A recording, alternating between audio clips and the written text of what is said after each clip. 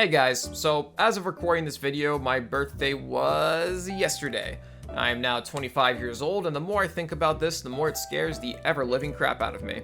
So I didn't really feel like making a cover this week. Instead, you're just gonna watch footage of me repairing my 2015 MacBook Pro, which is the device that I edit all of my videos on, and we're going to talk about right to repair. You may ask, what is right to repair? In short, it is the concept that you, the consumer, should be able to choose who repairs the devices that you own. To pose a relatable example as to why this is important, let's talk about cars. When your car breaks down, you are not required to take it to the dealership. You can take it to any auto mechanic, get estimates on repairs, and then if the said mechanic is able, get it fixed and get back on the road.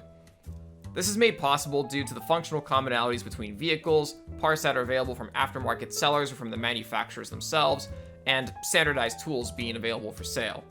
Now, this doesn't mean that every car repair is equal. For example, replacing an oil filter on an Audi RS7 may be a little bit more involved than a Ford Escape.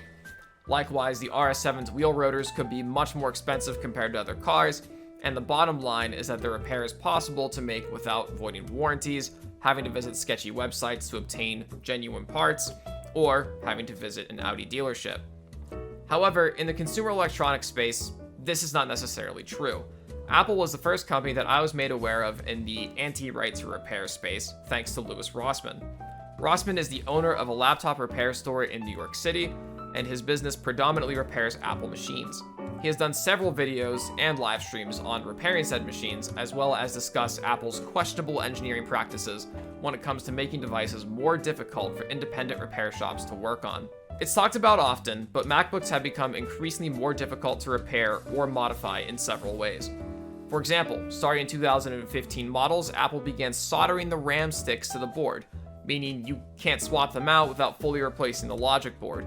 And if you want to add 8GB of RAM to your 8GB machine, too bad. You should have bought it that way if you wanted more memory, according to Apple. In 2016, Apple also started soldering the SSD, the place where your data is stored, to the logic board, meaning that if your SSD goes bad after a few years, which can happen, you must replace the entire logic board instead of just the broken components. Furthermore, Apple added the T2 security chip later, which, if the firmware on that fails, you could potentially lose all of your data on the SSD just to repair the device. To make a more relevant comment, I'm personally very curious as to who within Apple had the idea to glue the battery to the case of my machine. To get this battery out, I had to use debonder to liquefy and weaken the adhesive. I sped up and cut out a lot of the footage from this video to not make it super long, but it took me 40 minutes to get the old battery out, and then another 30 minutes to remove the remnants of the glue before placing in the new battery. To say this was a vexing process would be an understatement. Now, at least the repair wasn't impossible, just extremely difficult. I could have sent my computer to Rossman Repair Group and had them do this for me. However, I couldn't afford potentially a week or two of downtime, and I wanted to save some money. So I decided to order the battery from iFixit and just replace it myself. Also, I enjoy fixing things. It's fun. Most of the time, anyway. There's a lot I didn't delve into with respect to Apple, such as how they restrict their manufacturers from selling certain parts to anyone but Apple themselves, how they serialize their parts, etc. That's because there are many other people who can speak on this subject at a far deeper level than I can. And frankly, I don't want to put all of you to sleep. Apple isn't the only company that engages in this sort of behavior. John Deere and Tesla have also made similar moves.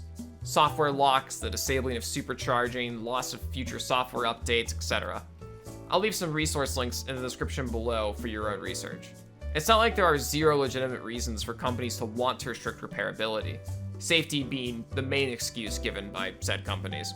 But frankly, I find this one to be overblown, and at worst, it's an insult to the intelligence of people in the repair industry. I'm also willing to wager that the benefits of repairable devices far outweigh the consequences of one or two safety mishaps. E-waste is a severely prevalent issue in pollution, wherein as low as 20% of all e-waste is successfully recycled. There's a reason why the slogan is reduce, reuse, recycle. Reducing the amount of e-waste created is the most effective method to cut back on it, which is best achieved by reusing components or entire devices, and recycling the components for scrap is the last resort. It doesn't make sense that devices should be tossed out all because companies decided to make some extra money on proprietary parts, costly replacements, or worst of all, on consumers having to buy an entirely new device to replace an older one that is this close to working again. So, what can we do about it? Louis Rossman started a GoFundMe for the purposes of raising money to try and put right-to-repair legislation up for a direct ballot initiative.